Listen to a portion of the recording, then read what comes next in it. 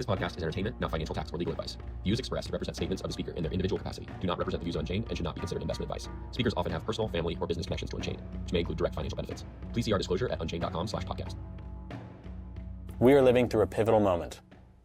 Lawmakers are drafting the rules that will define what financial freedom means in the digital age, legislation that could shape the rights of Americans for generations to come. The Last Free Americans examines this moment through the lens of Bitcoin self-custody, the intersection of law, technology, and human sovereignty. This series explores the precedents and pressures shaping this new frontier. Here's our conversation. I really hope you enjoy it. Well, I'm super stoked to talk to you. Tim has shared just that, I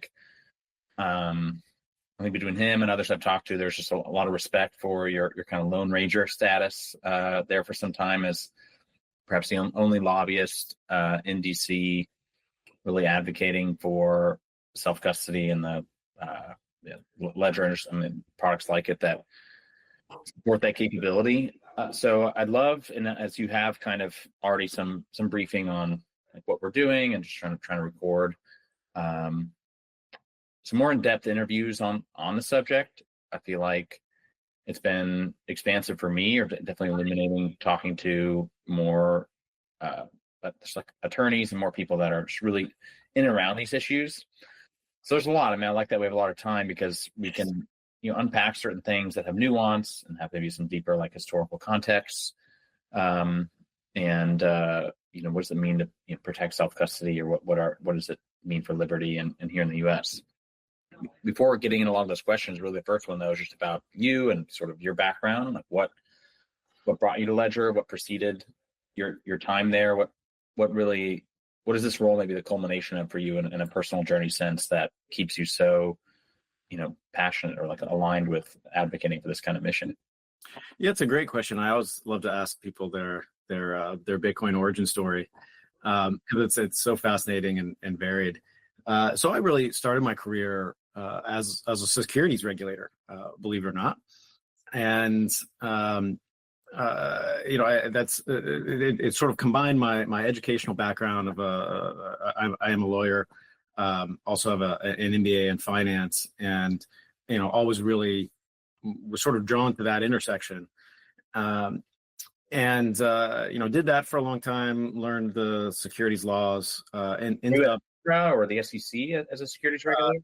Actually, the state of Ohio. Okay.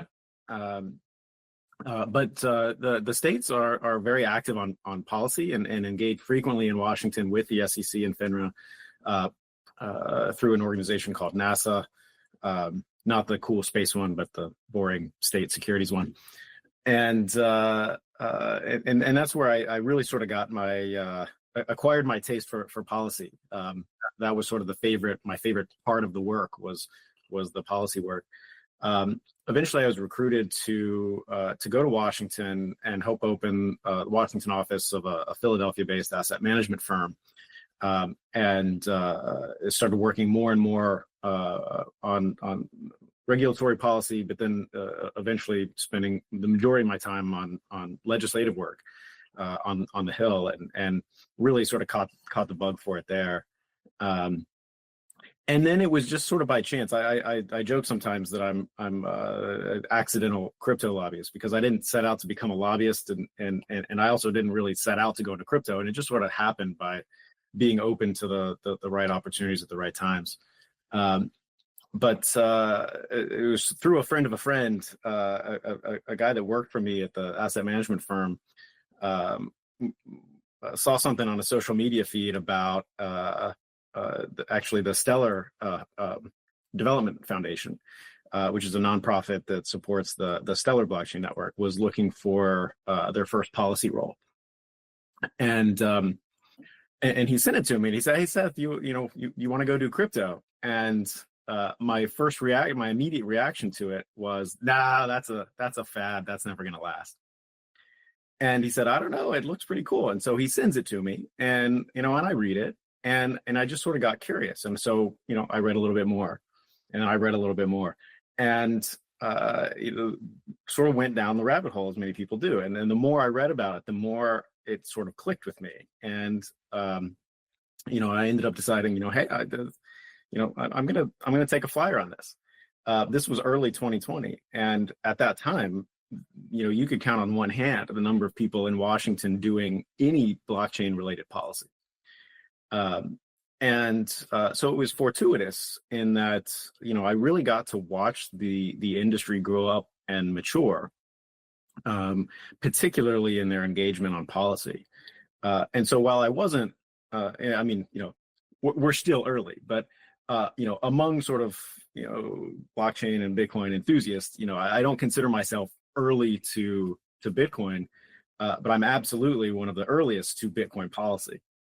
And it's really been one of the most rewarding periods of my career to getting involved with something really truly at the bottom and watch it sort of grow up and mature.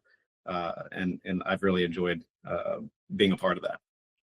What was the ladder like for you down into the rabbit hole between kind of Stellar and then starting to intertwine these kind of policy issues and just kind of some of that journey from 2020 to today? What were the things that were kind of the milestones that hung your head, your heart, you're proof positive that there was something here?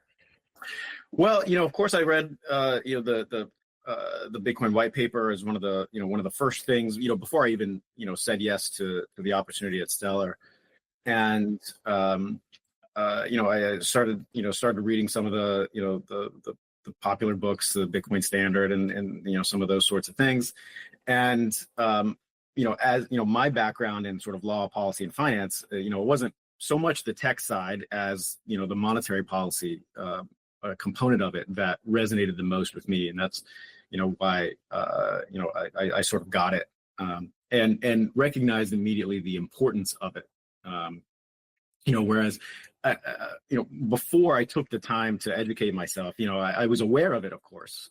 It was you couldn't, in 2018 you couldn't read an article without 5 mentions of blockchain, right? But I thought, this is some speculative new tech thing, and and I didn't understand the sort of the deeper importance of particularly Bitcoin. And I also didn't recognize that Bitcoin is inherently political, which if I had, I would have been interested in it much sooner. But once I sort of turned over the right rock, it just clicked. I also had a friend at the time who, believe it or not, worked at FINRA, and and I knew that he was sort of dabbling in some Bitcoin and things like that, and so when I got this sort of job opportunity, I was weighing it. I reached out to him, and he said, one, you should absolutely do it, and two, he said, you need to get some Bitcoin, but he said, first, go out and get yourself a ledger. And so I'm one of the few people who I still have it. I bought a Ledger Nano X before I bought my first Bitcoin. And that's not the sort of the normal progression. But yeah, friend gave me some good advice, and and so then after I'd been with Stellar Development Foundation for a little while, there was this key moment in Washington. It was the summer of 2021, and the Senate passed an infrastructure bill that in and of itself had absolutely nothing to do with crypto or blockchain or Bitcoin, except in one provision, it used digital asset broker reporting as a pay for some of the other spending that Congress wanted to accomplish in the infrastructure bill. And that notoriously led to the IRS broker rule, which was a 4-year fight in undoing, which we successfully did this April.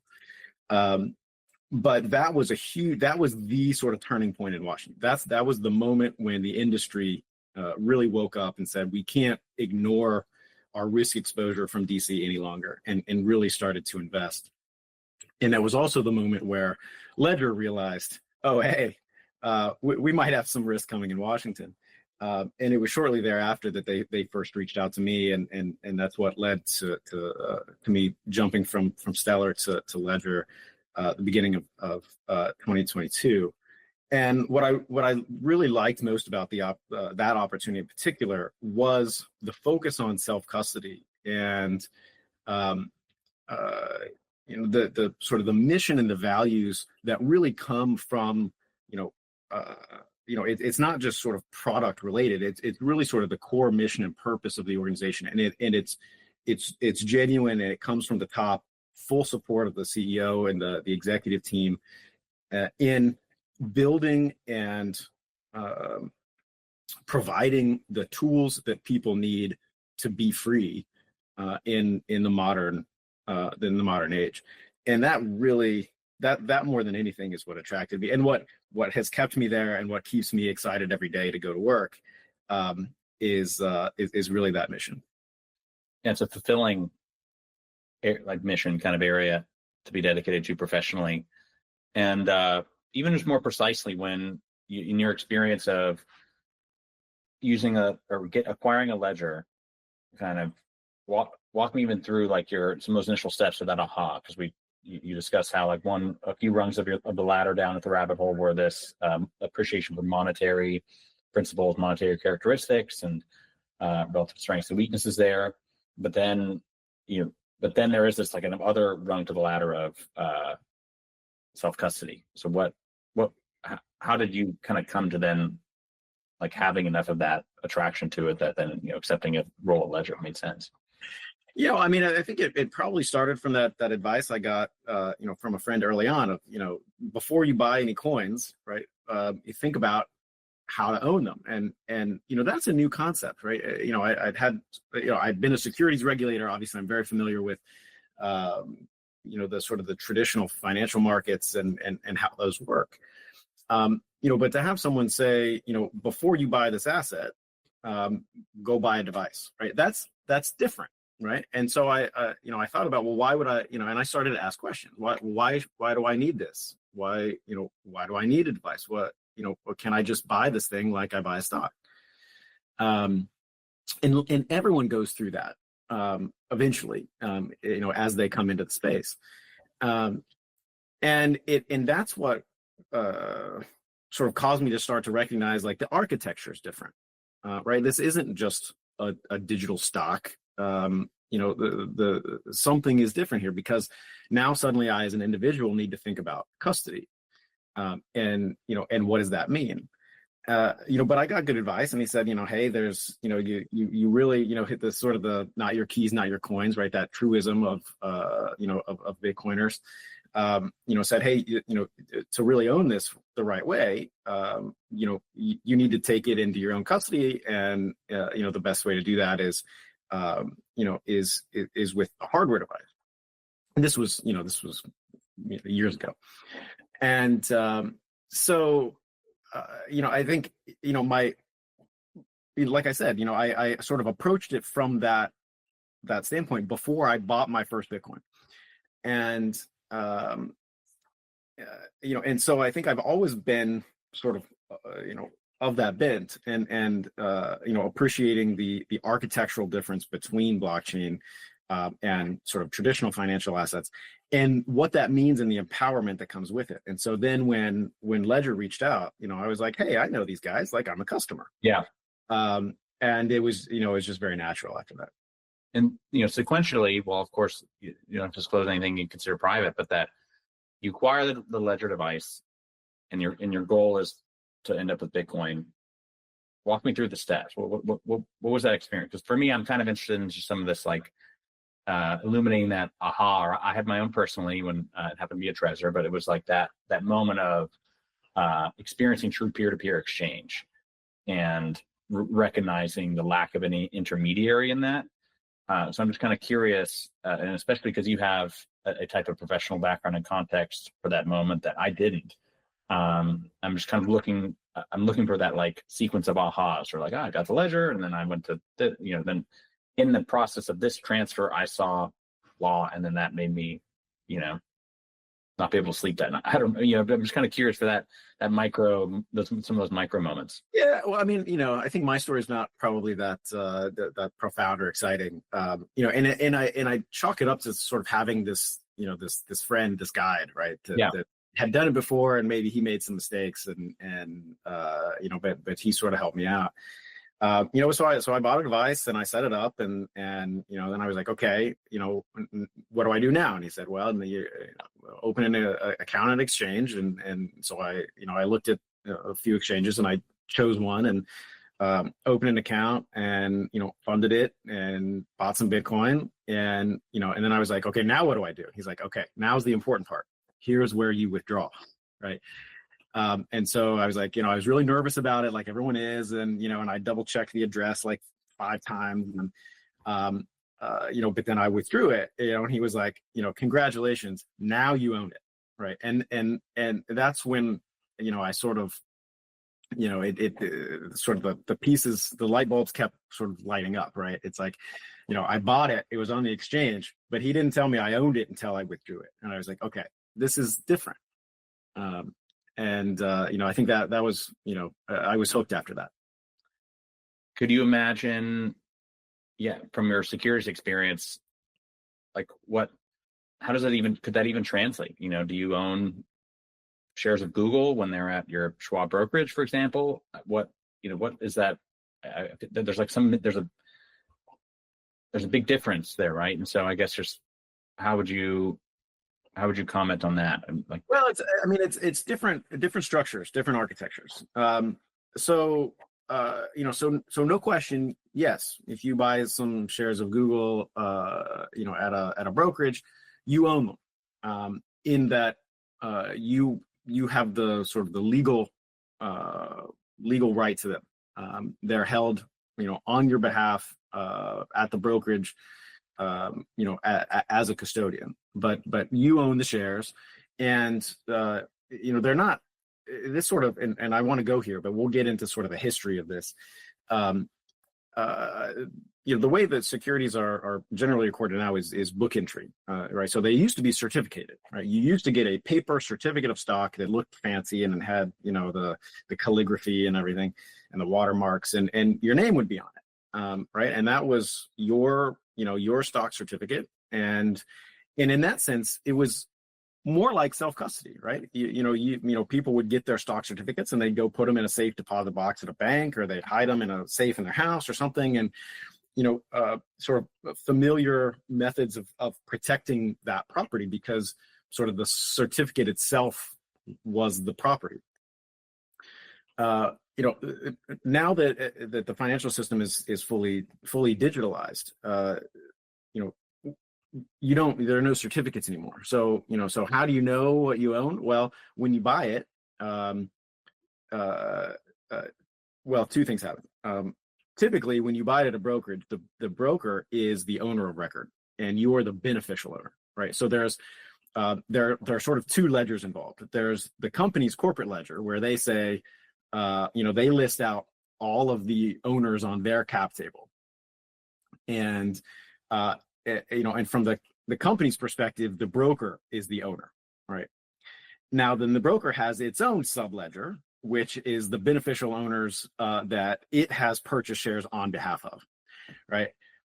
But so this, you have to almost sort of look at two different sets of records of book to determine who owns what. But there will be a list of owners that says, you, Joe Kelly, own 100 shares of Google or whatever, right? But that data entry, which is basically a ledger or a database, is how ownership is determined. So you do own it, even though you don't really possess it, and it's based solely on sort of confidence that these people are going to keep the records accurately. And for the most part, they do, and it's not a problem, and the financial system generally works well for most people most of the time. But it's a very different architecture, right? Blockchain actually returns, and this gets to there's sort of, in my mind, there are 2 fundamental innovations of Bitcoin, and thus blockchain more broadly, but it starts with Bitcoin. And those are self-custody and peer-to-peer transmissibility. But really, you could almost boil that down to one, because peer-to-peer transmissibility is downstream of self-custody, right? You have to be able to control the asset yourself in order to be able to transfer it peer-to-peer to someone else. So self-custody is sort of the mother innovation of that flows from Bitcoin, and it's based on this different architecture, right? So I'm not relying on a corporation to update its records about who owns what. We now have, there's still a ledger like the company keeps, but now it's distributed. It's everywhere all the time. Anyone can look at it. But the difference is control, right? So with Bitcoin, if you hold the private key, you and only you control assets associated with that address. Whereas when you buy a share of stock, you've got to ask your broker, and then the broker's got to ask the company, and there may be other people they have to ask to do anything with those shares. And so, what changed is control. That's a really fundamental realization. And it sort of gets to, what is self-custody, right? We talk about it like it's this new thing. And I just said it was one of the fundamental innovations of blockchain, but self-custody isn't new. It's just property rights, right? All we're talking about is how you own something. And, property is as old as humanity itself. So there's this tendency now when I'm in Washington or other capitals talking to policymakers and talking about self-custody, it's sort of regarded as this new thing, and new things are inherently sort of concerning or sometimes scary, controversial, but it shouldn't be. Well, all we're talking about is property, right? And if you framed it a different way, if you went in and you said, hey, do you think people should be allowed to own stuff? Of course, nobody disagrees with that. I mean, maybe a few like out and out socialists, but in general, most people say, yeah, people should be able to own stuff. And then you say, well, should they be able to like own it themselves, like possess it? Well, yeah, of course, you should be able to own your own stuff, right? So this isn't controversial. Self-custody is just the digital means of owning and possessing your own digital stuff. And I think that's really the right way to think of it and to approach it. And I always try to sort of come at it from that standpoint when I'm talking with people that are unfamiliar with self-custody. But we don't have to treat it like it's new. There's this rich history of through the U.S. law, constitutional law, going back through natural law. You can trace it back to Aristotle. This isn't a controversial concept. It's just a new way of looking at a very old concept. Yeah. I love the way the story almost can build up through layers, but that between, even from like a thought experiment basis, right? So the security, the shares, the securities that were ownership of a company existing in a certificate, a paper certificate that one, in theory, you could self-custody. And then I like how, sort of in contrast to Bitcoin, there's not then the peer-to-peer characteristic. It can't necessarily, maybe earlier there were, I don't know, was there assignability of my stock certificates? Could I say, in a sense, you could like sort of write your name on the back and transfer it, sort of the way to someone else. You sort of the way that you can, with a check, but you still had to update the records, right? And so you could assign your shares on your certificate to someone else and sort of sign it over to them, but then they would have to present it to the company and say, hey, Joe gave me his shares. And what the company would actually do at that point is cancel that certificate and then reissue a new certificate in your name. And so there was this element of sort of peer-to-peer, but you still really had to go back to the central source in order to accomplish it. And obviously with Bitcoin, there is no central source. And so it gets closer to true peer-to-peer. And then in that, and then as I think about what forces were there to move the securities and stock trading system from this paper certificate basis to now this more like layered intermediaries. Can we just talk to what forces were there? I mean, there's some matter of there's the size of activity, the amount of activity being one thing, of just now how to track all these papers, how to, now there's more and more publicly traded companies, and the publicly trading, that kind of implies now there's brokers. So there's a little bit of the distinction between maybe custody and brokerage, and where the exchange of the economic value or the rights here happens. And so just kind of from a snowballing and an evolution type of point of view, did that, and did we then lose anything that we liked or that was of value to us in holding our own shares? And or what risks re-entered the system now, because brokers, as the name and record that owns the shares according to the company, I mean, they can then lend out, or they may have rights to do things with shares of securities that you're entitled to. However, they can earn fees and they can do things with them. And sometimes we might end up with edge cases where there's more shares out there than actually of record in the books of the company. I know there's been some oddball cases like that. So just what does that evolution mean, and what's happened there? Yeah, so I mean, there's a certain inefficiency that comes with decentralization. All right, and if you think about paper stock certificates, it's super inefficient. There may be some countervailing benefits, but the system itself is very inefficient. People lose their certificates, and it ended up creating a big problem for the companies of dealing with their shareholders, especially once they became public and there were, they had hundreds of thousands or maybe even millions of shareholders. And so that led to centralization. And so, we created in the financial system sort of additional intermediaries. One flavor is called transfer agents. And they basically, a transfer agent takes over those functions of dealing with the shareholder base from the company, right? So now if I want to transfer my share to you, I don't talk to the company anymore. I talk to the company's designated transfer agent.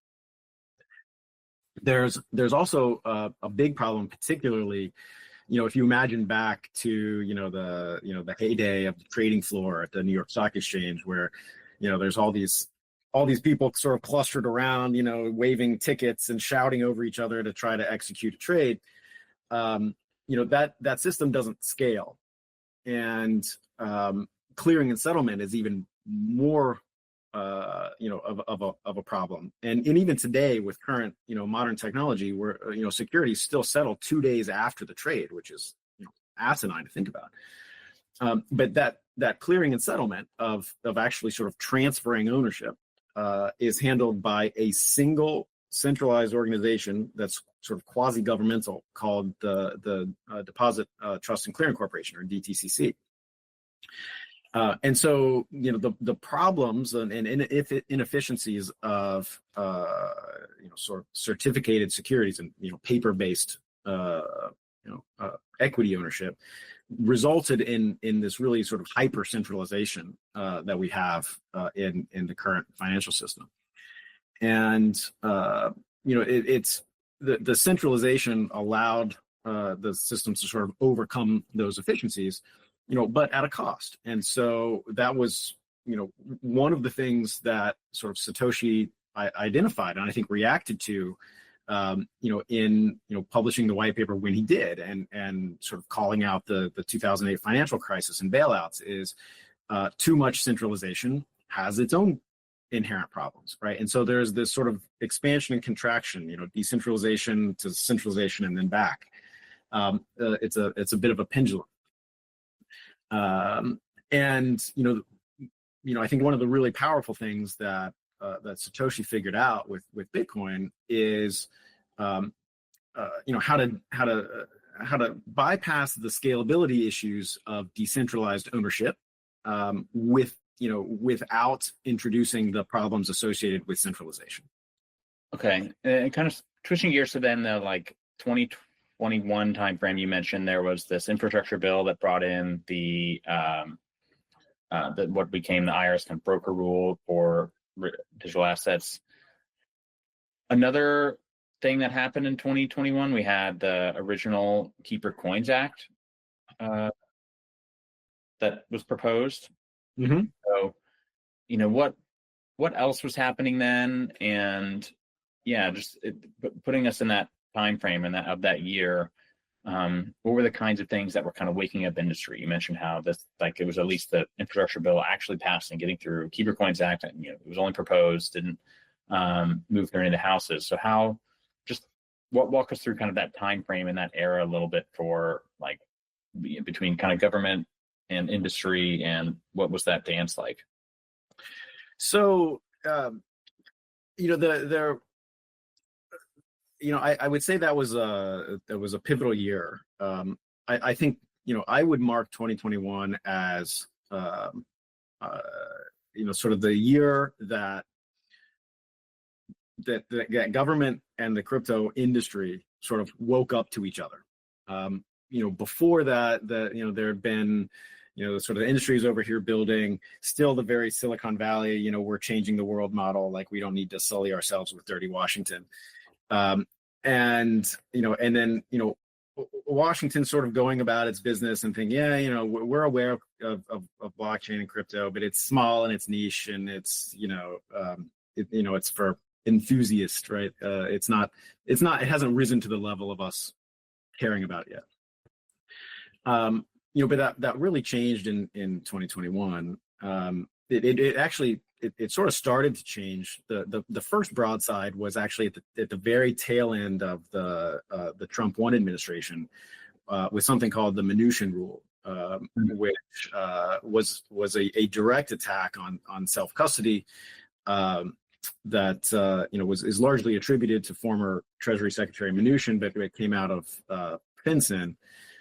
And placed really onerous restrictions on people's ability to transact peer-to-peer and to use self-hosted wallets, right? So it didn't go so far as to purport to prohibit that. I think that would introduce some serious constitutional issues, but it absolutely sought to make it very inconvenient, right? So. You also have to think about when you get into these rights areas of, there's the legal right and then there's the practical ability. Mm-hmm. They have to protect and preserve both, because a legal right with no practical ability to exercise the right is ultimately meaningless. Yeah. So it was more going after the practical ability.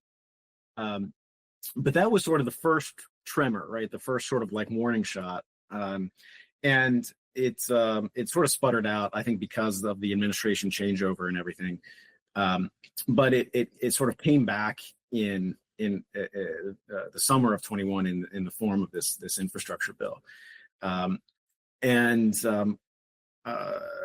that the sort of the combination of those two events occurring within about an 8-month period really woke the industry up, and it was like, this isn't going to go away. This is going to keep happening unless we engage. So you mentioned the Keep Your Coins Act. That was a little bit different. So that was, a longtime Bitcoiner and, sort of one of the original, maybe the original Bitcoin champion in Congress, Warren Davidson from Ohio, observed a very concerning thing happening with our neighbor to the north in Canada. So if you remember, 2021 was in the depth of COVID period, and Canada had very severe restrictions on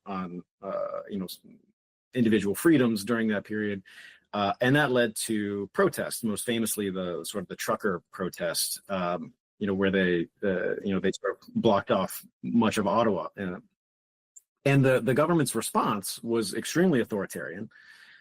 And that they tried to identify, not just the truckers that were participating in the protest, but anyone supporting them financially, and to debank them, to cut off their access to their bank accounts, to freeze their funds, and they even attempted to seize funds. And there were a few moments where it was clear that some of the support, I think not a majority, but some of the support was going to the truckers in the form of Bitcoin. And the government officials were not obviously very sophisticated on Bitcoin at that time, but they gave some silly speeches where they said, well, we're going to figure out how to seize that too. So Congressman Davidson, seeing this, said, oh, we need a response. And the response was the Keep Your Coins Act. You mentioned Tim Hite, now at Exodus. He was on Mr. Davidson's staff and worked very closely on that bill.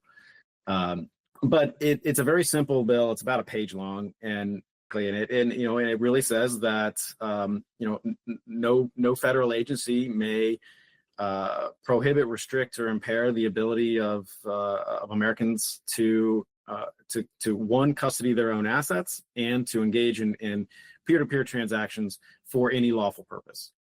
It's very simple. It's really a sort of a restatement of existing, constitutional law, but I think a restatement for the sake of clarity that we need, given some things that have happened since then. Yeah, I think that so maybe what we can do is I'd love to unpack now that we're caught up with this kind of 21 era. Now you have the industry and Washington are sort of now in conversation with each other, and we have allies or antagonists, respectively there. But that what I think about in these kind of in the same way that this evolution of the securities industry is sometimes this interaction of certain forces that are less seen and have to do with things we study in economics of incentives, but when it comes to governance and law, that's also kind of slightly different. And when we're talking about rights are not necessarily always things we see. We can't experience them, but putting words to them is that's been going on for thousands of years now. So maybe we kind of spend some time talking about this, and then after I want to also walk up the time frames to just the last couple of years in Washington from your experience, but kind of in this area of your natural rights, right? You mentioned things that go back to Aristotle, go back to this idea of something being a natural right. It's through this process, I've tried to put myself even in the shoes of the framers of our Constitution here and things like this about what were things that were so self-evident. And you walk through a little bit of we should be able to have property. Cool. We ought to be able to possess that property. There's a basis of this kind of fundamental liberty and right to property that it'd be very, very fair to say between common law precedents, Magna Carta, a lot of these just things you learn in history class, I feel like in school that I've had to bubble up for me here. But just kind of thinking about that, and then thinking about the role of government, because one even nuance I have in mind around property, you use the phrase that the idea of property goes, it's all there in human history. I might propose, though, there's also a little bit of distinction that property as kind of recognized by the government, or as sometimes kind of recognized by a system of titles and titling and the transfer of those titles. There's it's a little bit back to some of that idea that there's some utility there, because if I'm the owner of record of something, but then I die, there's at least now a process to sort of entrust how that goes to flows to the place it should. And so there's some of that, there's that social benefit of sort of a societally recognized property title or ownership, maybe distinctly different from the possession or control of the thing. So just more, let's take a walk through political philosophy and constitutional history kinds of thinking on just the subject, the intertwining of natural rights and property rights. I love this topic. I think it could be this could be a topic all on its own, and maybe we should have started here, but we'll correct that now. I think if you just think about what it means to own something, this is it's innately human, right? You don't have to explain property rights to a toddler for them to understand what mine means. And and when and there's a sort of this correlated sense of justice, right? If a toddler thinks that someone has taken what's theirs inappropriately, the howls for justice are immediate, right? So there's this innately sort of human aspect to it, and you can look across all history, all cultures, all societies. Maybe you could find a couple sort of outliers where property was truly communal, but it in the vast majority of cases, across all cultures, all societies, all continents, to the beginning of time, right, there's been a recognition of private property, and so that is the norm, right? That is the default. The exception, and really what I would say the aberration, the anomaly, is in financial assets in the last 50 years. And this is really an internet-driven phenomenon, right? When we digitized everything, we sort of, digitized away the sort of the physicality of ownership. And, in a common thing, we, in sort of in the name of convenience, we allowed financial assets to shift the default and from self-ownership or self-custody to third-party custody. But I always try to make the point that's what's unusual here. And sort of Bitcoin returning the ability for you to hold a financial asset directly isn't new and controversial. It's a return to the historical norm. But there's this concept in law. It's sort of a phrase. It's a little bit of a truism, like not your keys, not your coins. But it's possession is 9/10 of the law, right? And so if you think about most property, most things that people own are owned through possession alone. Right? You don't get a title, you don't get a certificate. There's no record. You walk into a store and you buy something and you walk out with it. You own it solely because you possess it. And that's true for almost all property on the planet. So there are some things that we sort of collectively decided are of such value or such import that we're gonna create registries of those things.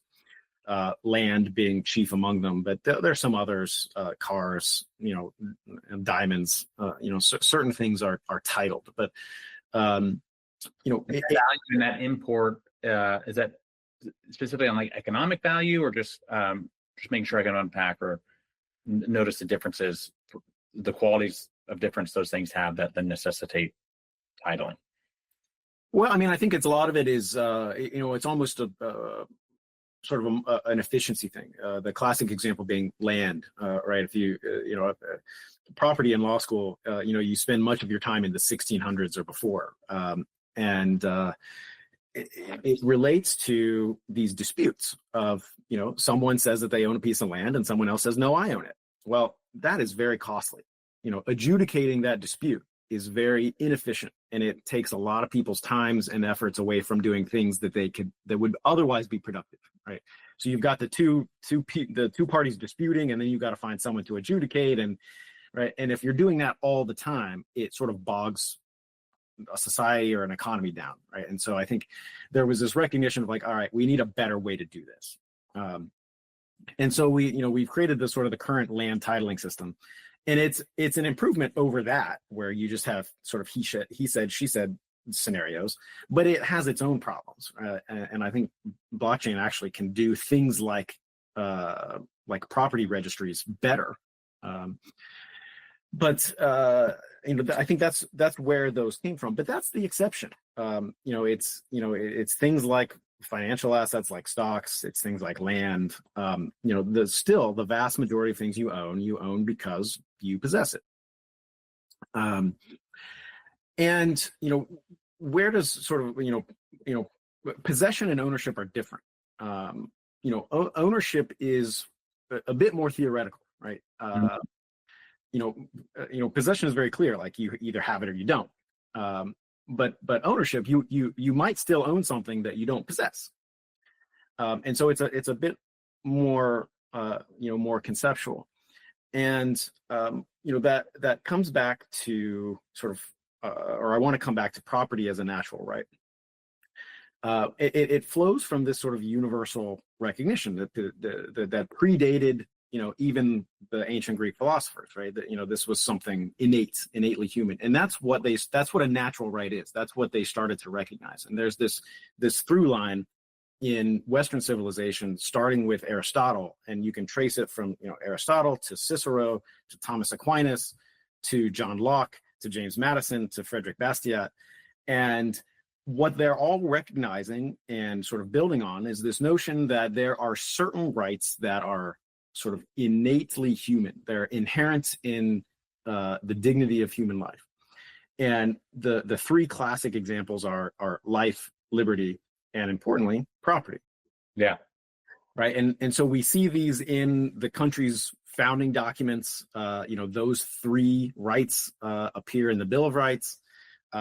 They almost appeared in the Declaration of Independence. And this is one of the things that I most fault Thomas Jefferson for is in writing the Declaration, right? He famously sets out in a very succinct and eloquent way, this statement of natural rights, right? We hold these truths to be self-evident, that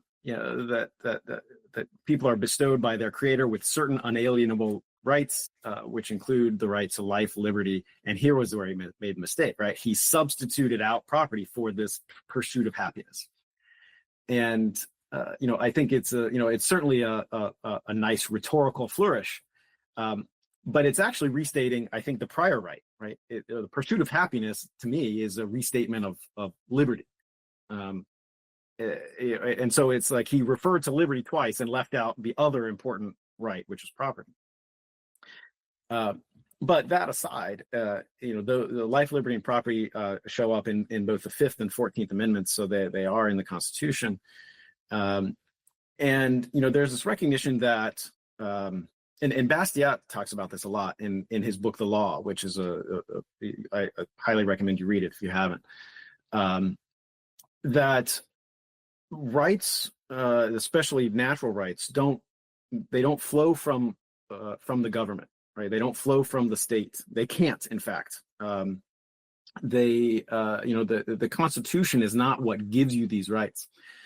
It's simply recognizing these rights that already exist, and that's really what unalienable means in the Declaration of Independence. Right, these are rights that come from your creator, however you envision your creator to be, to you as a human being. They exist before the state, and they don't come from the state. They are wholly separate. And property is chiefly among them. So we have this rich history, particularly in sort of common law, British common law jurisdictions that recognize this through, as you mentioned, the Magna Carta, and then through jurisprudence. Looking at the Constitution, I sort of regret that the right to property isn't more explicit. Right, it's referenced, but it's not, it doesn't have its own, number in the first 10 amendments, which make up the Bill of Rights. And, I asked myself, privacy is another one it's not in there, and really probably should be. And I've often struggled with I sort of want to fault the framers for these are huge oversights. You really messed this up. And I try to imagine, what they were thinking, where their mind was at in the 1700s when they're writing this stuff. And I think it was so unimaginable to them to consider that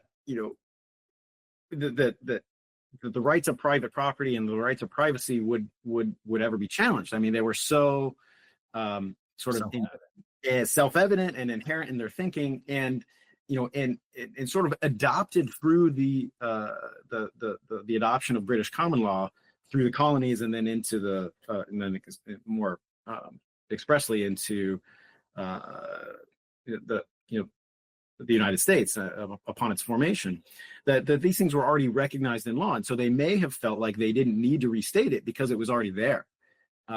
But, fast forward 250 years, it's like now deeply regrettable that they didn't just say it. And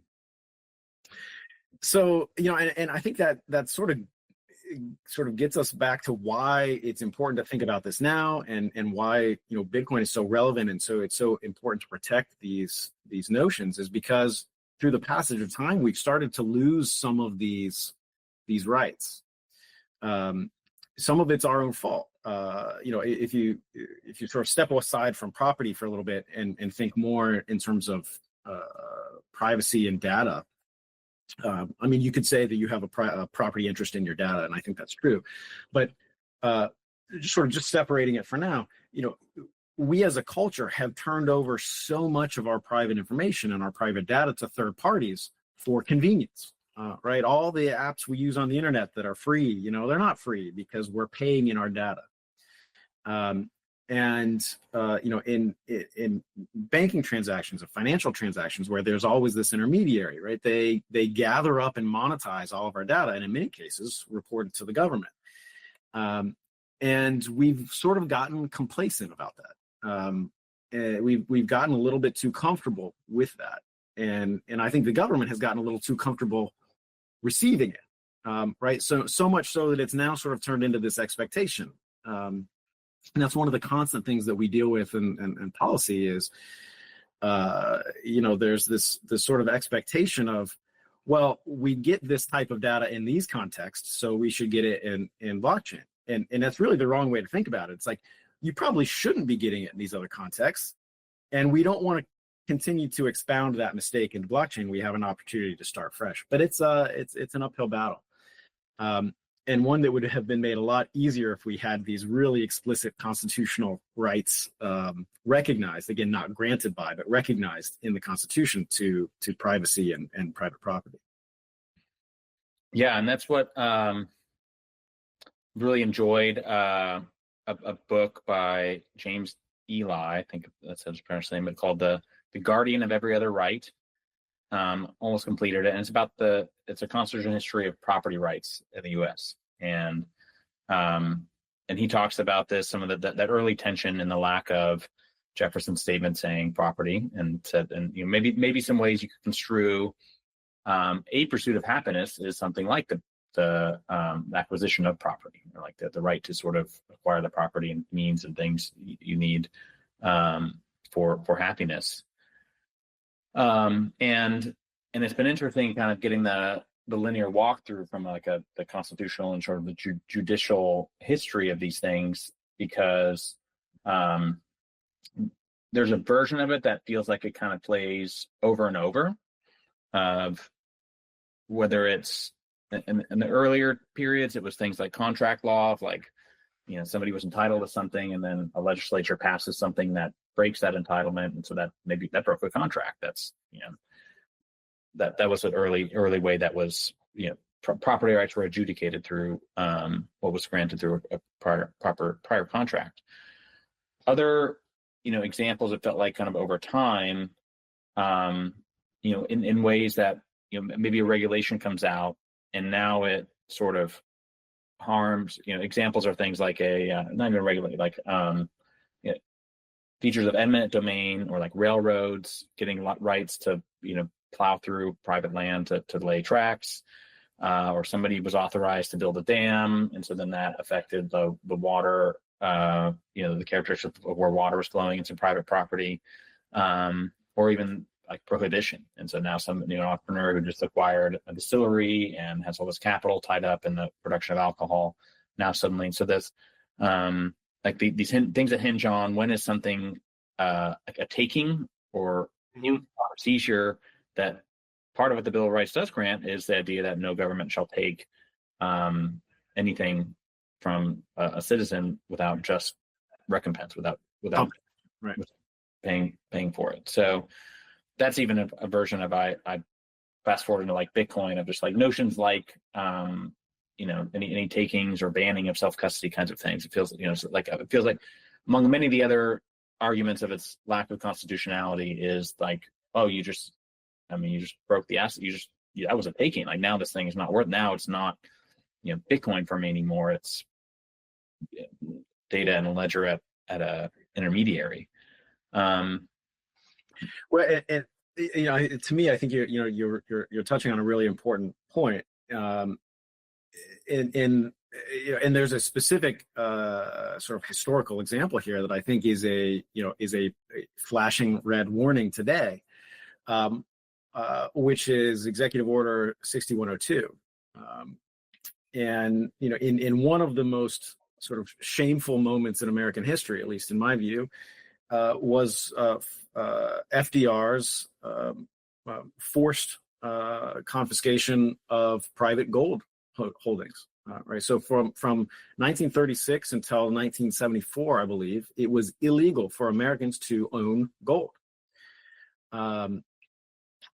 It's shocking to me that wasn't challenged legally, because I think there's no way that stands up to constitutional muster. And yet Americans tolerated that for 40 years. But it's not difficult to imagine a similar scenario playing out with Bitcoin, and I think it's something as Bitcoiners we need to be very vigilant about, and paying attention to those corollaries. So what motivated that, it was sort of late 1936 was late Depression era. Smack in the middle of the sort of the New Deal, building programs of FDR, and he needed money, and so it was a sort of a two-step process. And there's it's funny how history sort of rhymes. There's echoes of this right now that I think you'll see in a moment. What FDR did was issue this executive order that prohibited, criminalized private ownership of gold, and forced people to sort of turn over their gold and get paid. And they were paid at the then standard rate. But what happened is at the same time that executive order repriced gold. So previously gold was and this goes back to the gold standard for the dollar. So the dollar was backed by gold, and dollars were effectively gold certificates that could be exchanged for gold at a rate of $20 per ounce.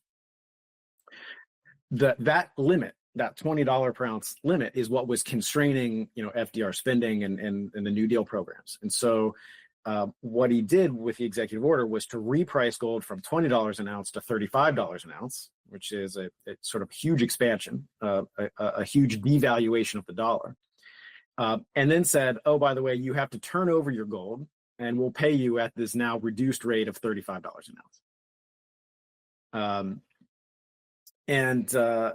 So I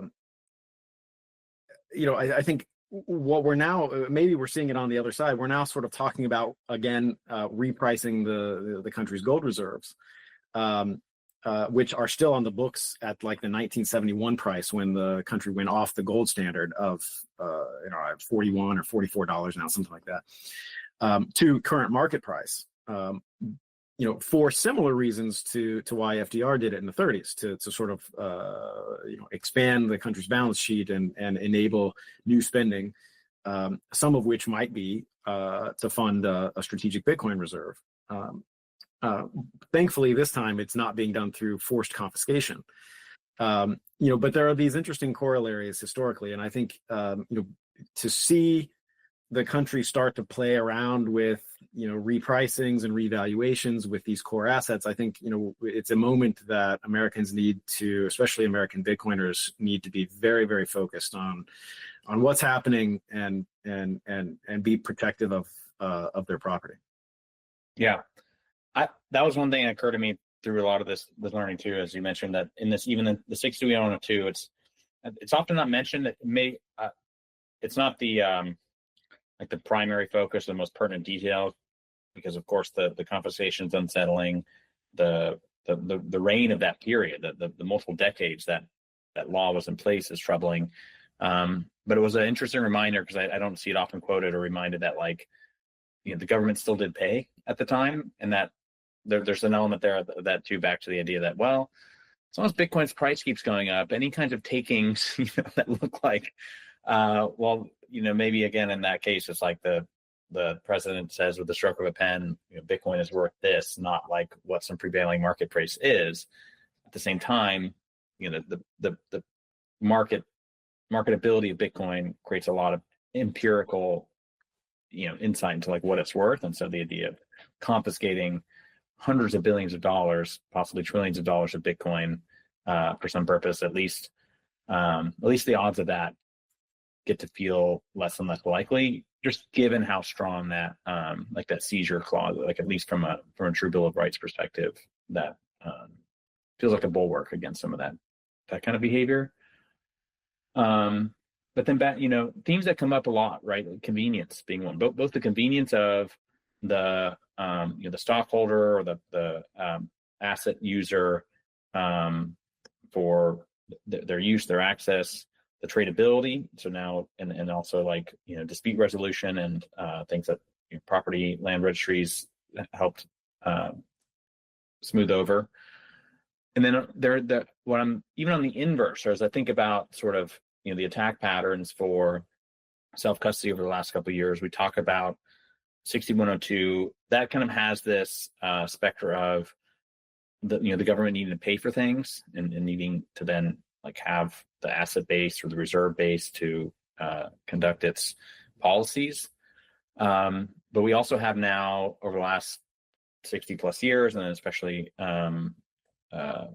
since the Patriot Act, this illicit finance combating kind of narrative. And so that's what that's the other kind of the inverted perspective of convenience that to me says these are policymakers or advocates for make my life easier in my job to monitor, or what I'm kind of here to conduct for getting data and stamping out money laundering and illicit finance activities. But so maybe is that all correct? Does that all flow for you? And then what is your mind, or how do you explain this? Help me draw up more of these antagonizing forces for something like self-custody. Yeah, so I think that's this is a huge area. You're touching on one that's really the issue of today in terms of sort of where these rights sort of meet the road in the discussions, sort of the ongoing debate in Washington. And again, it comes back to rights, and it's here it's sort of the confluence of sort of these property rights with again this right to privacy, which you can do a word search in the Constitution, privacy doesn't appear, right? It's not there. It's a shame. It really should be there. But again, I think the framers, you couldn't imagine a world that it wouldn't be there, which is disappointing today, but understandable. We've got to cut them some slack with the benefit of 250 years of hindsight. But there's this notion in law of sort of penumbra theory. I don't know if you're familiar with that, but so the penumbra, like if you're imagine like a solar eclipse or something, right? You've got the glasses on and you sort of squint and you can see the light around the eclipse. That light is what's called the penumbra. And so if you do, the sort of the same thing, if you squint at some of the rights in the Bill of Rights and the Constitution, you can sort of see this penumbra of privacy around them. And it's this notion of, we have explicit rights to freedom of speech and free association and private property and free exercise of religion and all these things.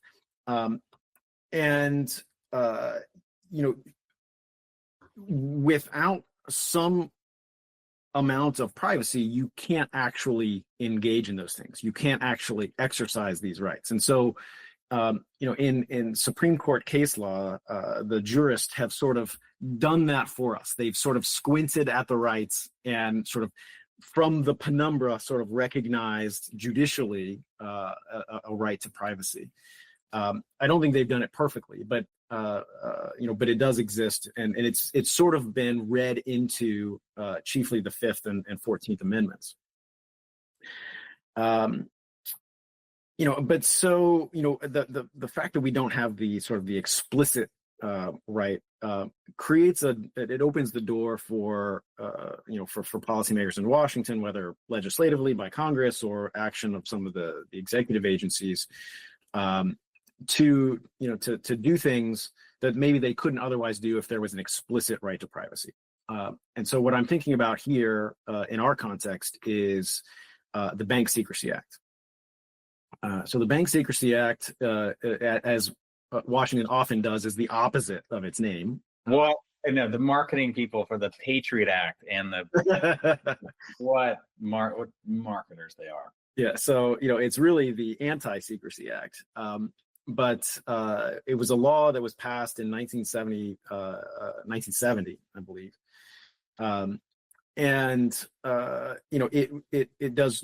it does a number of things, but the sort of the two core things is it requires financial institutions, initially just banks, but the BSA has sort of crept and metastasized like a tumor for the last 50 years. It requires financial institutions to identify their customers, recognize, to record information about all of their activities, and in certain circumstances to actually report that activity directly to the government.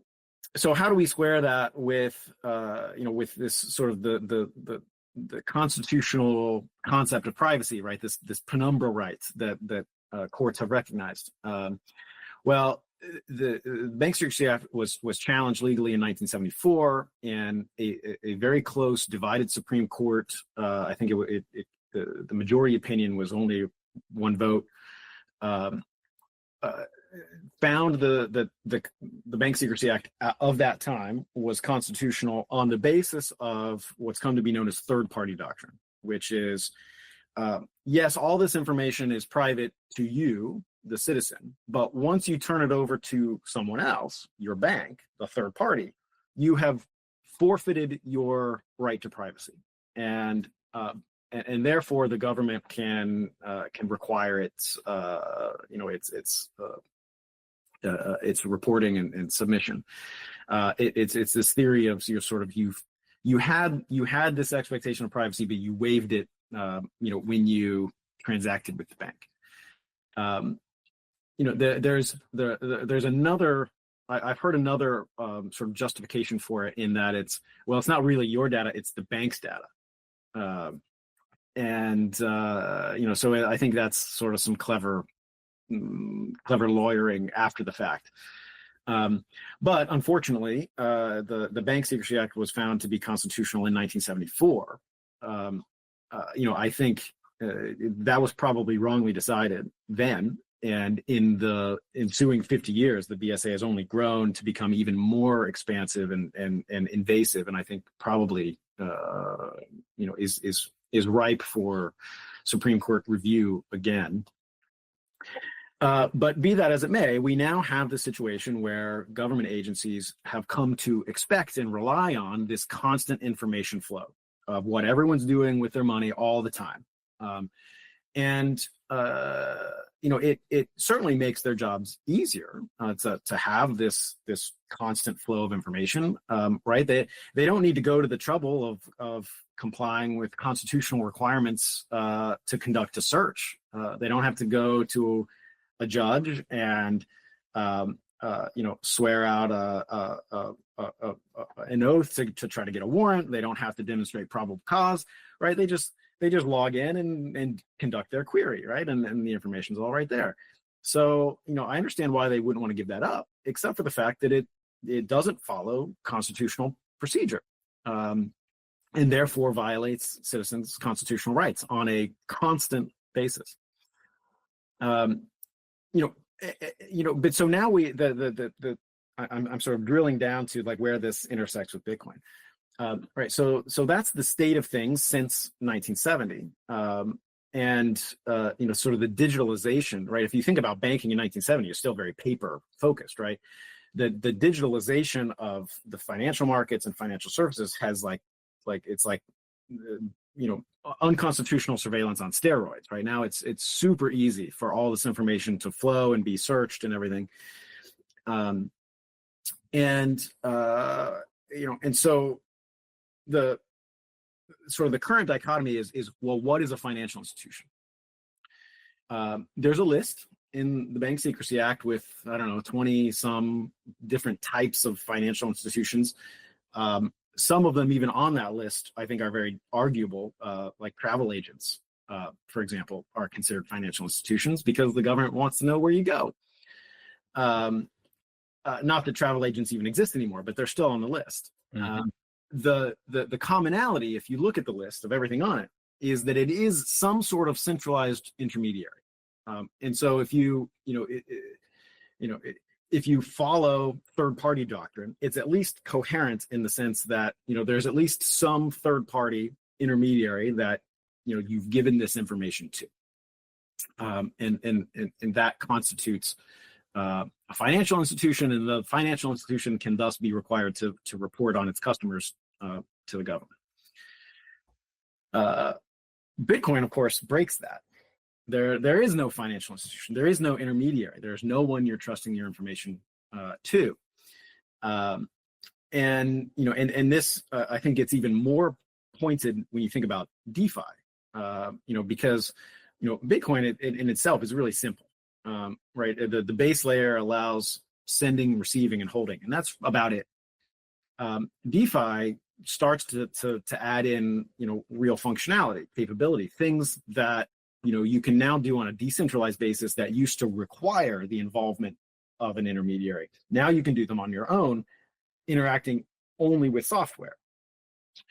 The government agencies that have come to be very accustomed to the information flows under the Bank Secrecy Act, this is like existential for them. Now people are doing things that they used to get information about in a way that they don't have those built-in flows, and they desperately want to find a way to bring that into the old system, right? The old centralized intermediary-based BSA. And so we've seen a number of attempts to do this. I think we're going to continue to see those. But sort of one of the end games is Treasury designates, and Treasury now under the BSA has the ability to do this without congressional authorization. It's the congressional authorization has already been delegated to the secretary. So the secretary can just there's like a catch-all provision at the bottom of the list. They can just say, oh, anything else that's like these. It can so what constitutes a financial institution under the BSA? The limiting principle here is whatever the current secretary's current opinion. Which is terrifying to think about because it's really standardless. It's almost as if there's no definition at all because it can be whatever the secretary wants it to be.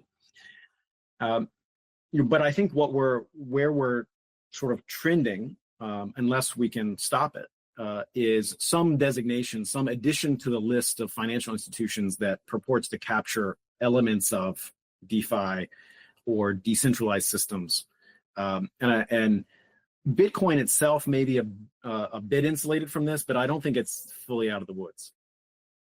Another category comes to mind. I would ask almost, for Ledger or Unchained, or is Ledger at risk of being deemed an intermediary?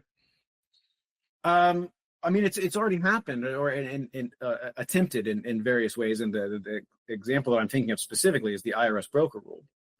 Which of course we successfully defeated, thank goodness. But as proposed by the IRS, wallet providers, all sorts of different sort of DeFi systems, different types of DeFi software were defined in those proposals as middlemen and as brokers. First, it was sort of they're brokers by virtue of being middlemen. It was how they actually structured it. Even though there's no man in the software, right? It's just code, but still, that didn't stop the IRS. So we've seen attempts to define wallet providers, software itself as intermediaries for purposes of different types of financial regulation. So far I think we've managed to, cooler heads have prevailed, and we've managed to sort of make the right arguments to the right people, but some of them have been razor close. Another example I'm thinking of is in the European Union. They were very active in 2022 in adopting a regulation called MiCA, or the Markets and Crypto Assets Regulation, which is really sort of the center of a constellation of related blockchain-based regulations, many of which focus on anti-money laundering. And so in particular, there's a regulation there called the TFR, the Transfer of Funds Regulation. While that bill was being negotiated in the European Parliament, specifically in the Econ Committee, some of the members tabled an amendment that would just outright ban self-custody. Just owning your own digital property is now illegal across Europe. It came 4 votes short of passing.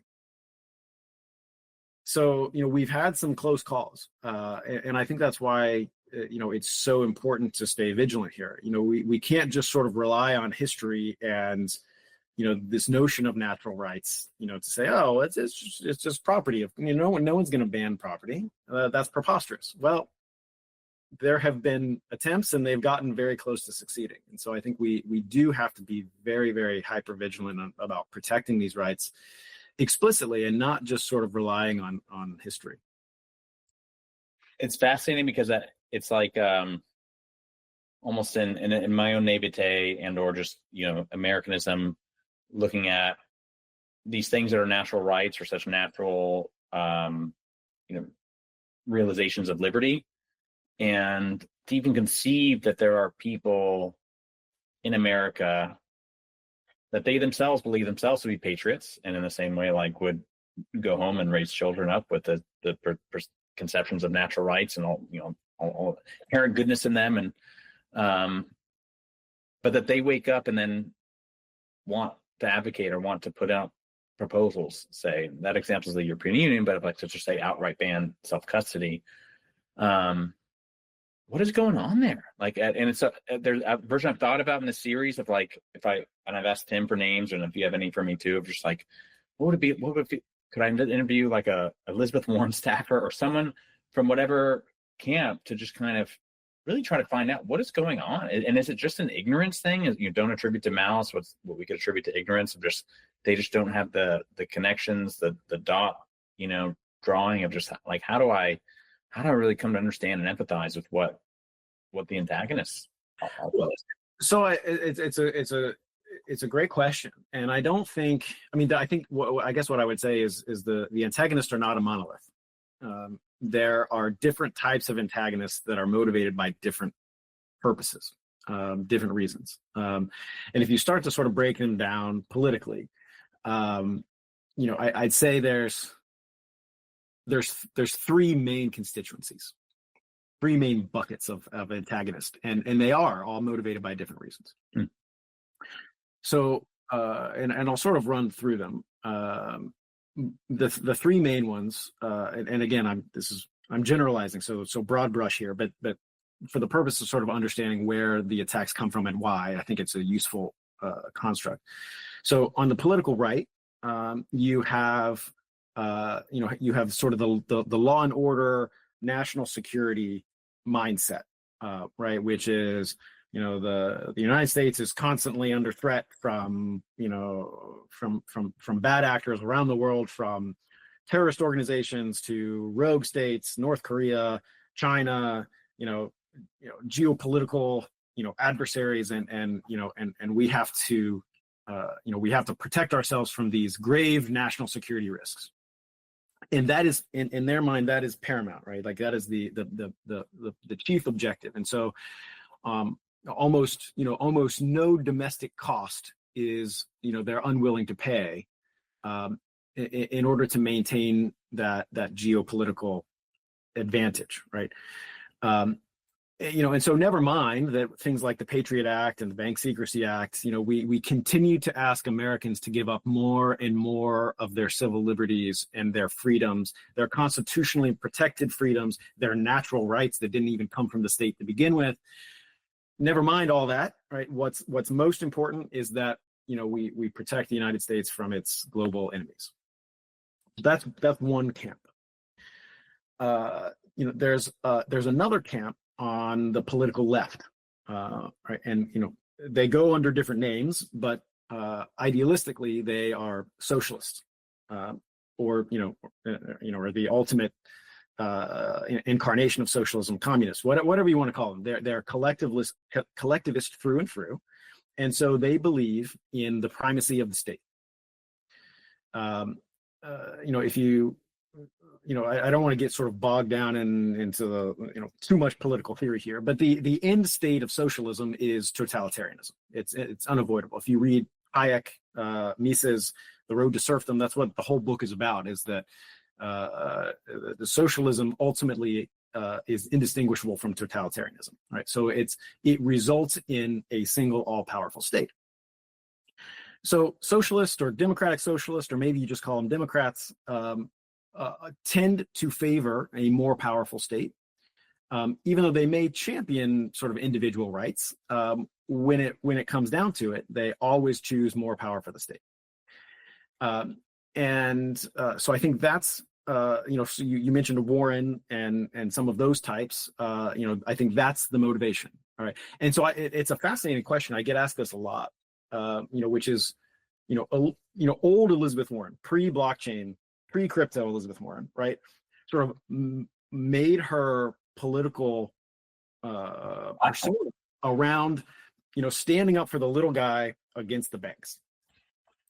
And when she came out so vociferously against blockchain, it was confusing to a lot of blockchain proponents, because they said, hey, there's this technology that is like the ultimate way to empower individuals against these entrenched incumbents like the banks. Like, Elizabeth Warren should be like the number one champion of this technology. Like, it's fully aligned with everything she built her persona around.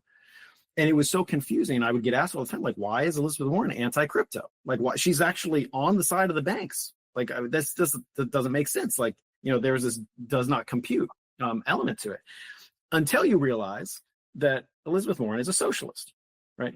And so she was never on the side of the little guy against the banks. She was always on the side of the government, the state, right?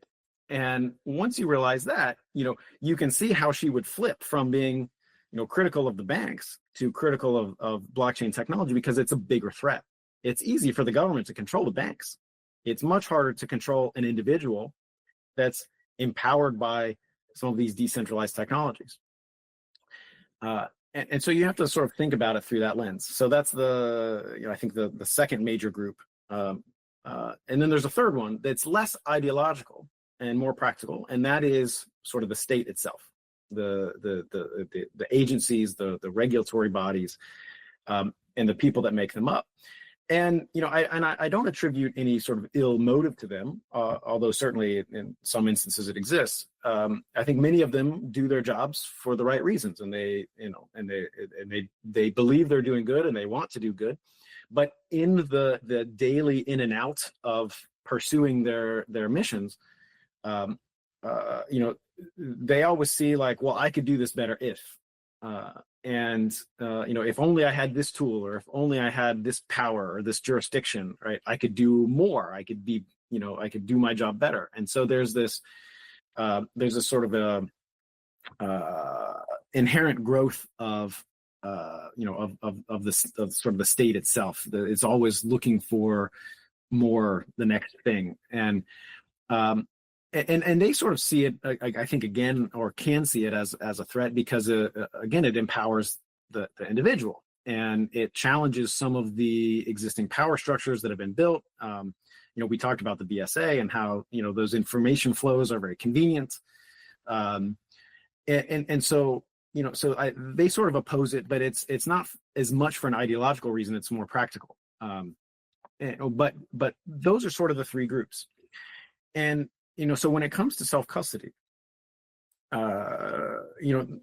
those three can find alliances between themselves. And, and if you think about a legislative body, when you have, NatSec hawk Republicans aligning with, socialists in the Democratic Party, and then backed up by the Treasury Department or Justice or, whoever, in the administration, it's very difficult to overcome that. If you start to do the electoral math with the vote count, and I think that's chiefly where the threat comes from. There is, on the flip side, there is an opportunity to find sort of strange bedfellows on the political left and right in favor of privacy and in favor of self-custody, and that does exist to an extent, but in general, that's the minority. And so we do face a bit of a tall order in sort of overcoming these, I sort of call them unholy alliances, between these different political factions. But they do have very different motivations in their opposition to self-custody. And you really have to expose it for like what it is they're opposing, right? Going back to the top of our call, right? It's just people owning their stuff. Right. And just now the stuff is digital instead of physical, but it's just people owning their stuff. Why is that so threatening?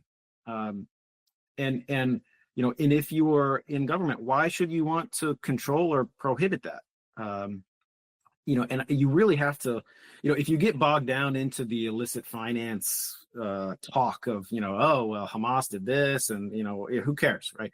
What are we talking about here is law-abiding American citizens who have done nothing wrong and under no suspicion of doing anything wrong, and you're trying to deprive them of their God-given right to own something. And you really have to approach it from that standpoint. And there's no room to compromise there. Benjamin Franklin said famously, someone who would sacrifice liberty for security deserves neither. And I think that's as true today as it was when he said it 200 some years ago. Totally. I had that quote ringing in my head. I forgot if it was security or convenience, because I find that's often what's being traded off against in this, call it autonomy or this like idea of self-ownership. What are the odds of the language that is now derivative of, but still quite close to the Keep Your Coins Act? What are the odds that language passes in the Clarity Act before I'm into it? Well, so it passed the House already in the current sort of reformulation of the language. We could talk about that if you want to. I suspect you probably talked about that with Tim. So no need to rehash if you covered it with him. But it's already passed the House, so that's a big milestone. Next up is the Senate. So the Senate Banking Committee, before the August recess, released a discussion draft of their version of market structure, crypto market structure legislation. It doesn't have a name yet, but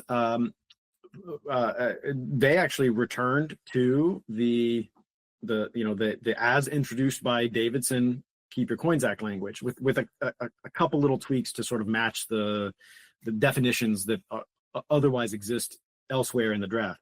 But substantively, it is the Davidson Keep Your Coins Act language. As between the two, I like them both, and I'd be happy with either. But I think in terms of the level of protection afforded to citizens, the Keep Your Coins Act language that's in the Senate version is actually preferable. So what tends to happen, so the Senate is the senior chamber. Right, the House is the lower chamber, the junior chamber, and so there's a joke in Washington that the Senate is where House bills go to die. We saw this recently with the Genius Act, where the House passed its version of stablecoin legislation called the Stable Act first, and then the Senate came along behind them and passed the Genius Act, and there was some sort of back and forth with House leaders about, we should conference these, we should combine them, and the Senate basically said no. We passed what we're willing to accept, take it or leave it. And that happens a lot, where the House, has to hold their nose and swallow the Senate bill. if the Senate actually moves on their version of market structure legislation, I expect the same outcome. I think very unlikely that they would conference the bills. It would be sort of the same as Genius, right? The House would have to then sort of vote on the Senate language, even though they've already passed the Clarity Act.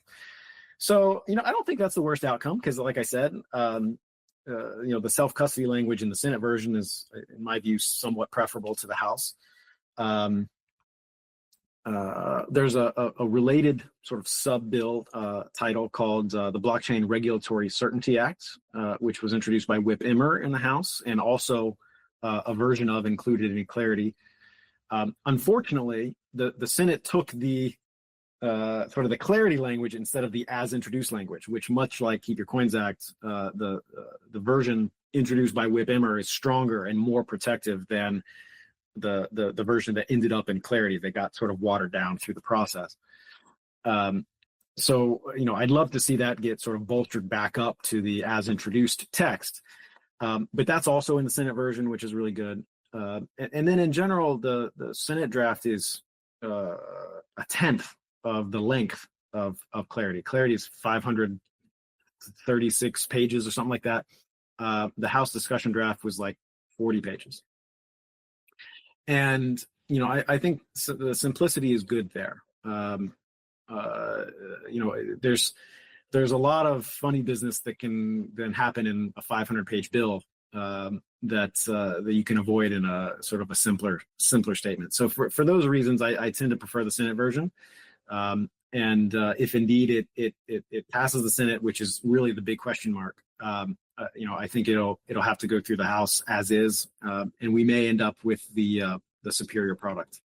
How would you underwrite those odds that it passes the Senate here in the end of year? I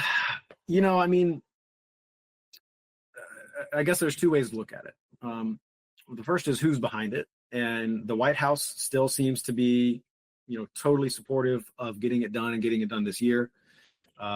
Senate Banking Committee seems to be making it a priority, which that was sort of a question mark, and I think that's been resolved to the good.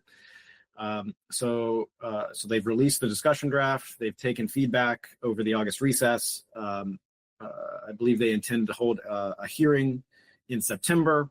They could potentially have a markup, which is where the committee votes in October, and then it would be ready for the Senate floor sometime by the end of the year. So the timeline is doable. The big question is floor time. Floor time is the most precious commodity, specifically Senate floor time in the U.S. Congress. And so, there are a lot of votes, a lot of must-pass legislation, particularly as we get towards the end of the year. And so there's two elements. One is just if there's enough floor time to actually do it. The Genius Act took up a ton of floor time procedurally. There was a lot of opposition, a lot of back and forth, and it was a very drawn-out vote. That sort of leads to the second issue, which is sort of fatigue. Senators are somewhat fatigued of dealing with crypto issues. They want to deal with other issues. They just spent a ton of time on Genius Act. There's an open question of like how much are they really going to be open to, sort of going through that exercise again in the same year. So, I think maybe 50-50, maybe 60-40. It's certainly not a guarantee. For the reasons that I outlined. It's definitely doable, and it really comes down to how motivated the parties are to really push for it. Cool. Yeah. So slightly better odds that it happens than not. It sounds like certain functions of fatigue and the scarce time to get other budget and other things kind of done by end of year. But let's assume it passes. What do you think is next, or how? What's nice about that language, and what I've come to understand and appreciate more about its nuance, is it's not so much about protecting the right to self-custody, but it's restraining the apparatus of the state from impinging on that right. It's sort of it declares, it acknowledges that the penumbra for that right already exists, and it gives that kind of brighter line for how agency actions and behaviors are curtailed to not prevent it.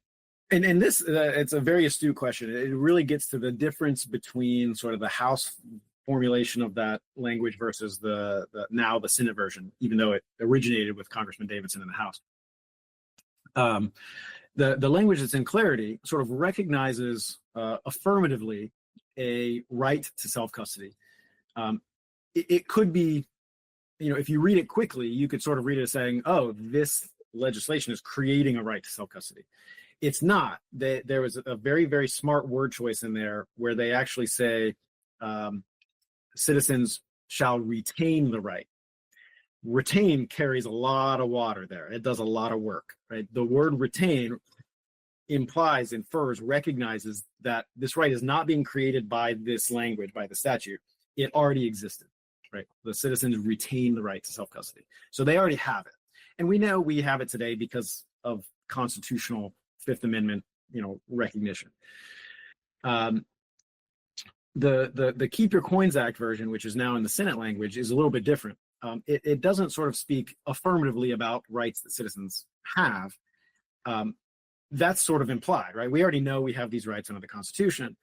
It just affirmatively and clearly prohibits government agencies from infringing on that right.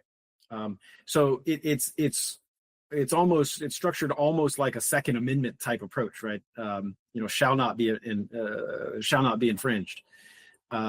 So and I think it's clearer in that sense, because there's a question of, as between the versions of like, well, how is this right protected? How do I, as a citizen, how do I enforce this right? Under the House version, where the Clarity Act says citizens shall retain the right to self-custody for lawful purposes. If a government agency then infringes it, right, then it falls to me to sort of enforce the right, right? I have to then take the government to court, and they're going to throw up all the roadblocks they can, and that's a lengthy process, and it costs money. And so a lot of citizens will just forfeit that right. They either won't be able to or won't be willing to pay the cost to protect that right.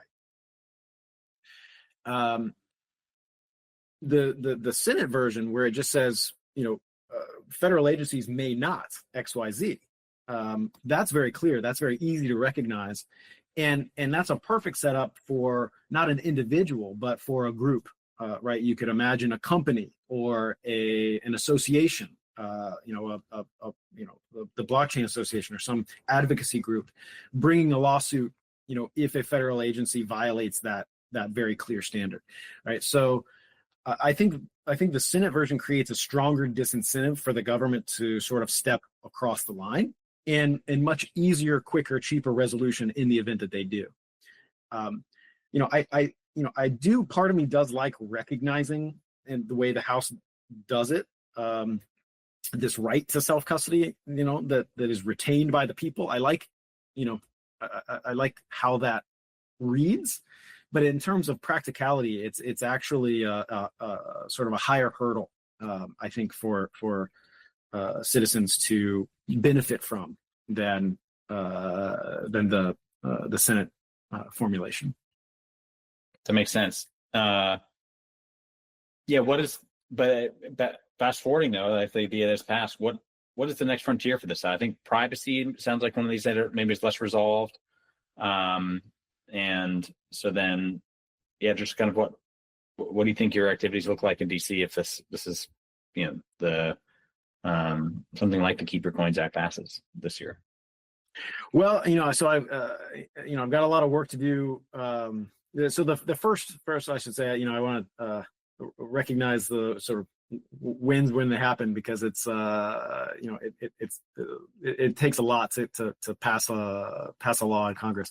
So earlier this year, the Congress passed a Congressional Review Act resolution of disapproval of the IRS broker rule.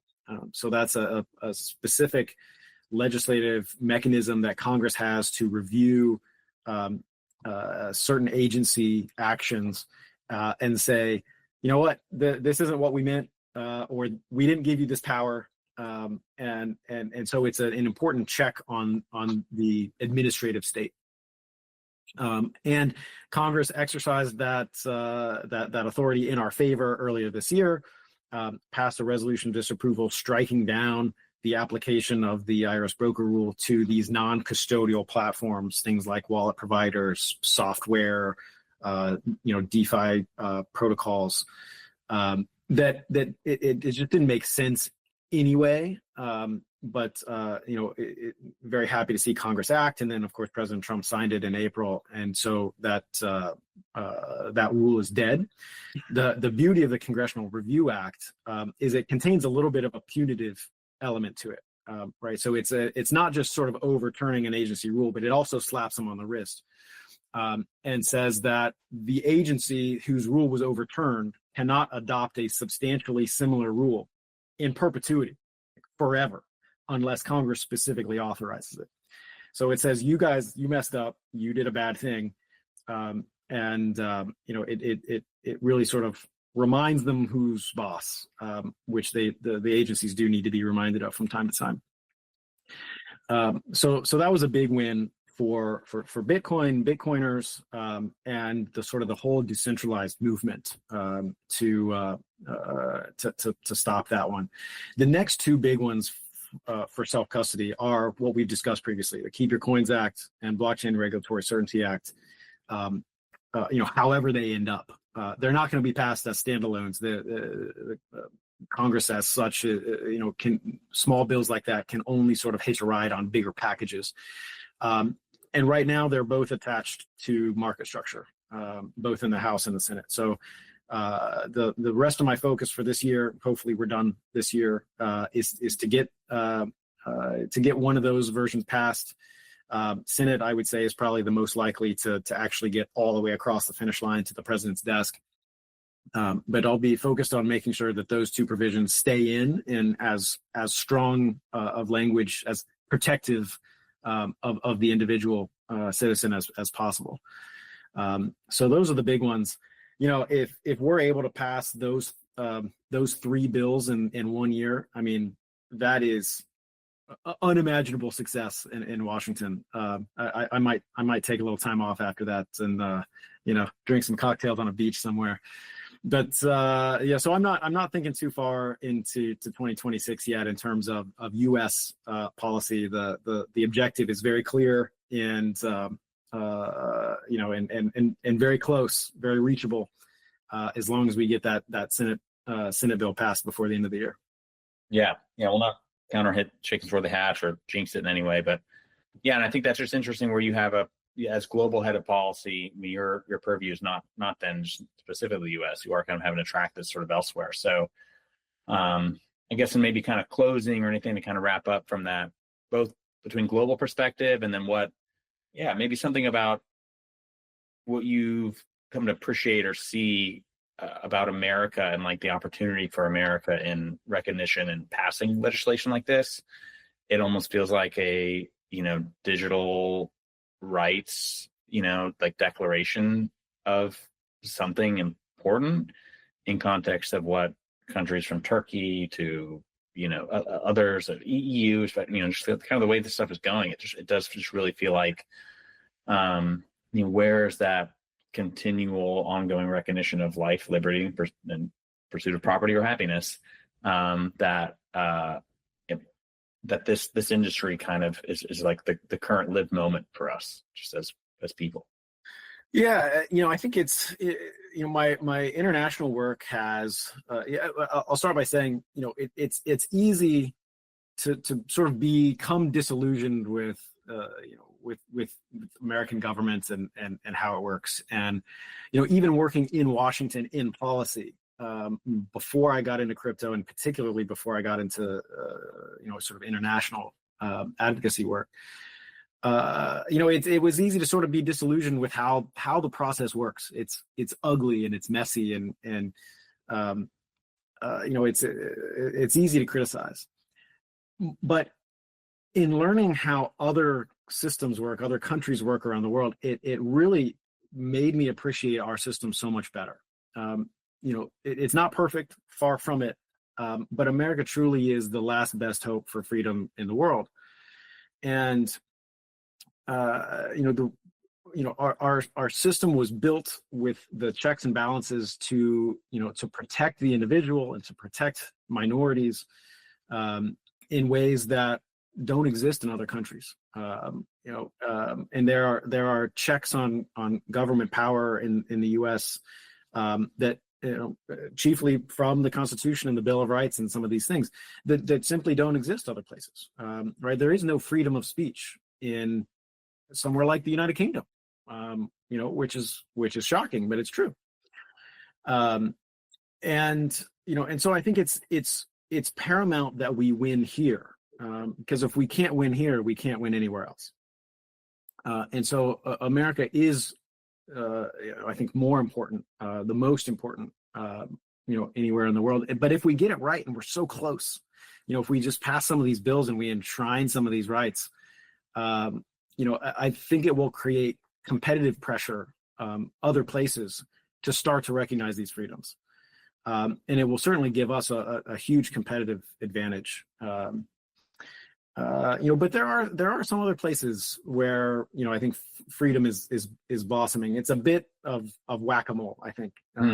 As some countries unfortunately veer toward authoritarianism, others open up, and I think one of the really promising examples is Argentina, and the miracle that Milei is working there right now is very inspiring, and hard to ignore, right? And so, in some of these places, Argentina, in the U.S., if we act now to protect some of these rights in the digital age, I think there's still reason to be hopeful and optimistic. Privacy is a big one, not just in the context of digital assets and blockchain, but more broadly, in terms of digital rights and privacy. I think that's an area that we still need to get right, and we haven't for a very long time. And it sort of comes back to what we spoke to before with those different factions and their motivations. Patriot Act and that sort of thing. We've suffered a pretty severe erosion of privacy in the country, and we need to reclaim that. But things like preserving some of these rights in the context of blockchain, as that becomes it's often referred to as the future of finance. But as it becomes sort of the more dominant way that people interact economically, I think we can sort of quietly reclaim some of those lost privacy rights, without, necessarily having to sort of undo what's come before. It'll just sort of happen organically, which is fine. But I do think that's the sort of the next frontier. It's great. Yeah, I think, as you talk, it's just, I almost have it's not there yet, but it's like that. That sense of national pride that I'm on the cusp of feeling or opening if we do in fact get some of these things done, because it just would make me even prouder. Coming more up through the industry in the space of blockchain and Bitcoin and understanding these principles at work, and then being a newbie to constitutional law and history, and then passages of certain bills. It's like if in this walk I get to see America do the right thing, it just would be like, wow, great, what a country. Yeah, I mean, it's especially in the timing with with next year being the 250th anniversary of the country. The timing is right for some of these things, to go back and return to the principles of the founding, and it would be great if we could do that sort of technologically through things like Bitcoin, which I have to imagine the founders would be big fans of. 1,000%. Could never foresee, but absolutely, they'd be advocates for. Well, it's been awesome, Seth. Really illuminating and fascinating journey you've been on. I have a ton of respect for the work you've done and have been doing. Anything else you just want to say or share? No, I mean, I think we covered everything I wanted to talk about. Again, thank you for the prompts. I love, there's not many people willing to delve into the history of property and natural rights and that sort of thing. So those are topics that are near and dear to me, and I love the opportunity to talk about it and hopefully bring those to your audience. So it's been a real pleasure, and I enjoyed the conversation thoroughly. Thanks a lot, Seth. Thanks, Joe.